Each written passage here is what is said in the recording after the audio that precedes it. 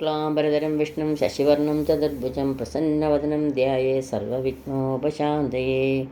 സരസ്വതീ നിൻ ചരണാരവിന്ദം ശിരസിൽ വെച്ചിതാ കുമ്പിടുന്നേൻ. പഠിച്ചതൊന്നും മറക്കാതിരിക്കാൻ വരപ്രസാദം തരികൻ്റെ ദേവി.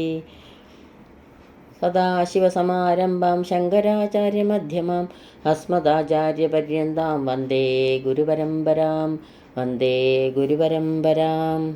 ശ്രീകൃഷ്ണൻ തൻ്റെ ഹാസം നിറയും അനുപമസുന്ദര ചുണ്ടിലെന്നും രാഗത്തിൻ തേൻ ചുരത്തും മധുരമുരളിയെ ഞാനിതാ കൈതൊഴുന്നേൻ. സൗകര്യം കിട്ടുമെങ്കിൽ ഭവതി മുരളിയെ ഒന്നു നീ ചൊല്ലിടേണം. ഞാനാകുന്നൊരു ജന്മ പശുവിനുടെ കഥ നന്ദജൻ തൻ്റെ കാതിൽ. കൈ രണ്ടും കൂപ്പി ഞാൻ വീണ്ടും ഇരക്കുന്നു നീരജലോചന നിന്നോടായി. ഏതീനും അന്യനെ കുമ്പിടേണ്ടാത്തൊരു രീതിയിൽ നീ എന്നെ പാലിക്കണേ. ഭക്തിയെ തന്നാലും ഭക്തിയൊഴിച്ചൊന്നും വേണ്ടേ വേണ്ട. ഭക്തിയൊഴിച്ചൊന്നും വേണ്ടേ വേണ്ട. സർവത്ര ഗോവിന്ദനാമ സങ്കീർത്തനം ഗോവിന്ദ ഗോവിന്ദ. എല്ലാവർക്കും നമസ്കാരം. ഗീതാഗോവിന്ദം സർഗം 7, അതിൽ അഷ്ടപതി 15 ഇന്നിവിടെ സ്മരിക്കുന്നത്. സമുദിതമദനേ രമണീവദനേ ചുംബനവലിത അദരേ മൃഗമദതിലകം ലിഖതി സപുളകം മൃഗമീവ രജനീകരേ സഖീ രമതേ യമുനാ പുളിനവനേ. വിജയീ മുരാരിരധുനാ സഖീ രമതേ യമുനാ പുളിനവനേ. മറ്റൊരു സുന്ദരിയുമായി ശ്രീകൃഷ്ണൻ നടത്തുന്ന രാസലീലയെ രാധ സ്വയം സങ്കല്പിച്ച് വർണ്ണിക്കുന്നതാണ് ഈ 15 അഷ്ടപതി പദങ്ങളിലും കൊടുത്തിരിക്കുന്നത്. കാമവികാരം ഉണർന്ന് ചുംബിക്കുവാനായി അധരങ്ങൾ ചലിക്കുന്ന ഒരു സുന്ദരിയുടെ മുഖത്ത് ചന്ദ്രനിൽ മാനിൻ്റെ അടയാളം എന്ന പോലെ രോമാഞ്ചത്തോടുകൂടി ശ്രീകൃഷ്ണൻ കസ്തൂരിപ്പൊട്ട് തൊടുവിക്കുന്നു. മുരാരി ഇപ്പോൾ വിജയിയായിട്ട് യമുനാ പുളിനത്തിലുള്ള വനത്തിൽ ആ സുന്ദരിയോടുകൂടി രമിക്കുകയാണ്. സുന്ദരിയുടെ മുഖം ചന്ദ്രനായും കസ്തൂരിപ്പൊട്ട് ചന്ദ്രനിലുള്ള മാനിൻ്റെ അടയാളമായും സങ്കല്പിക്കപ്പെട്ടിരിക്കുന്നു. ഘനജയരുചിരേ രജയതി ചിഗുരേ തരളിത തരുണാനനേ സഖീ കുരവക കുസുമം ചബലാസുഷമം രതിപതി മൃഗകാനനേ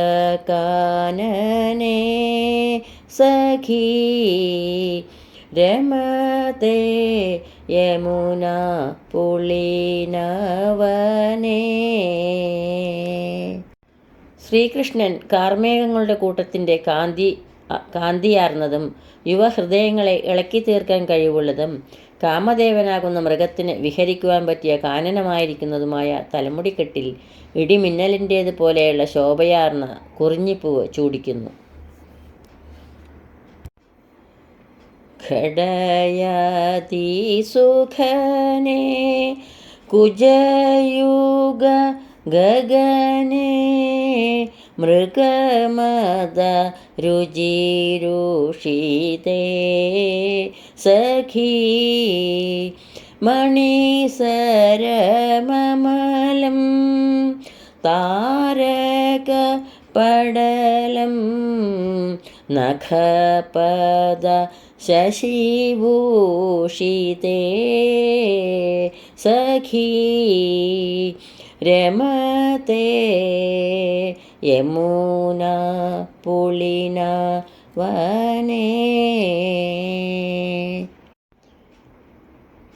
ശ്രീകൃഷ്ണൻ കാഠിന്യമേറിയതും കസ്തൂരിയുടെ ഗന്ധത്തോടു കൂടിയതും നഖക്ഷതമാകുന്ന ചന്ദ്രക്കലകളോട് കൂടിയതുമായ ഒരു സുന്ദരിയുടെ കുജയുഗമാകുന്ന ആകാശത്തിൽ നിർമ്മലമായ നക്ഷത്ര സമൂഹമെന്ന പോലെ രത്നഹാരത്തെ ചാർത്തുന്നു. ആകാശത്തിൽ മേഘവും നീലവർണ്ണവും ചന്ദ്രക്കലയും നക്ഷത്രാവലിയും എന്ന പോലെയാണ് കുജയുഗങ്ങൾക്ക് ഘനവും കസ്തൂരിച്ചാർത്തും നഖക്ഷതവും രത്നമാലയും ശോഭിക്കുന്നത്. ജിതബീസ ശകലേ മൃദുഭുജയുഗളേ കരതല നളിനീദളേ സഖീ മരതകവലയം മധുകര നിജയം വിദരതി ഹിമശീതളേ സഖീ രമതേ യമുനാ പുളിനവനേ. ശ്രീകൃഷ്ണൻ താമരവളയത്തേക്കാൾ മാർദ്ദവമുള്ളതും കൈത്തലമാവുന്ന താമരപ്പൂകളോട് കൂടിയതും മഞ്ഞുപോലെ മൃദുവായതുമായി രണ്ടു കൈകളിലും വണ്ടിൻകൂട്ടത്തെ എന്ന പോലെ മരതക വളകൾ ഇടുവിക്കുന്നു. കൈകൾക്ക് താമരപ്പൂവിനോടും മരതക വളകൾക്ക് വണ്ടിൻ നിരയോടും സാദൃശ്യം കൽപ്പിക്കുന്നു. ഇവിടെ രാധ തൻ്റെ സഖിയോട് പറയുകയാണ്, തൻ്റെ സഖിയോട് സങ്കൽപ്പിച്ച് പറയുകയാണ്. രതിഗൃഹജഘനേ വിപുലാഭഘനേ മനസിജ കനകാസനേ സഖീ മണിസരരശനം തോരണഹസനം വികിരതി കൃതവാസനേ സഖീ രമതേ യമുനാ പുളിനവനേ. വിസ്താരമുള്ള അംഗമായി തീർന്നിട്ടുള്ളതും സുഗന്ധദ്രവ്യങ്ങളാൽ വാസന ചേർത്തിട്ടുള്ളതും കാമദേവൻ്റെ സ്വർണ്ണ സിംഹാസനമായിരിക്കുന്നതും രതിയുടെ ഗൃഹവുമായ ഒരു സുന്ദരിയുടെ ജഗനത്തിൽ തോരണങ്ങളെ പരിഹസിക്കുന്ന രത്നഖചിതമായ അരഞ്ഞാണത്തെ ചാർത്തുന്നു. ചരണകീസലയേ കമലനിലയേ നഖമണി ഗണപൂജിതേ സഖീ ബഹിരഭവരണം യാവകഭരണം ജനയതി ഹൃദി യോജിതേ സഖീ രമതേ യമുനാ പുളിനവനേ. ശ്രീകൃഷ്ണൻ ഒരുവളുടെ നഖങ്ങളാവുന്ന രത്നങ്ങളാൽ അലങ്കൃതവും തളിരിന് സമാനവുമായ കാലുകൾ മഹാലക്ഷ്മിയുടെ ഇരിപ്പിടമായ തൻ്റെ മാറിൽ ചേർത്തിട്ട് അതിൻ്റെ ശോഭ പോകാതിരിക്കുവാൻ വസ്ത്രത്താൽ ആവരണം ചെയ്യുക എന്ന പോലെ ചെമ്പരത്തിച്ചാറ് പൂശുന്നു. കാലുകളിൽ ചെമ്പരത്തിച്ചാറ് അണിയിക്കുന്ന അവയുടെ ഭംഗി പോകാതിരിക്കാൻ അവയെ വസ്ത്രത്താൽ ആവരണം ചെയ്യുകയാണെന്ന് തോന്നും എന്നാണ് കവി വിവക്ഷിക്കുന്നത്.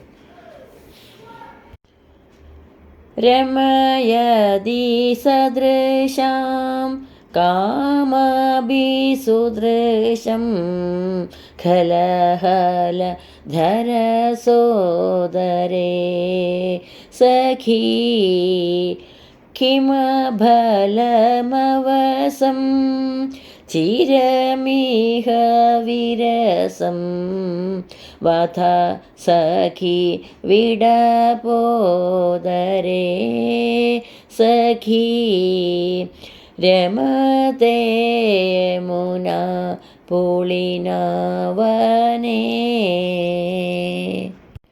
അല്ലയോ സഖി, ദുഷ്ടനായ ആ ബലദേവാനുജൻ ശ്രീകൃഷ്ണൻ തനിക്ക് യോജിച്ചവളും സുന്ദരിയുമായ ഒരുവളോടൊത്ത് രമിക്കുമ്പോൾ ഇവിടെ ഈ മരങ്ങൾക്കിടയിൽ വളരെ നേരം വിരസമായി നിഷ്ഫലമായി ഞാൻ എന്തിനു വസിക്കണം?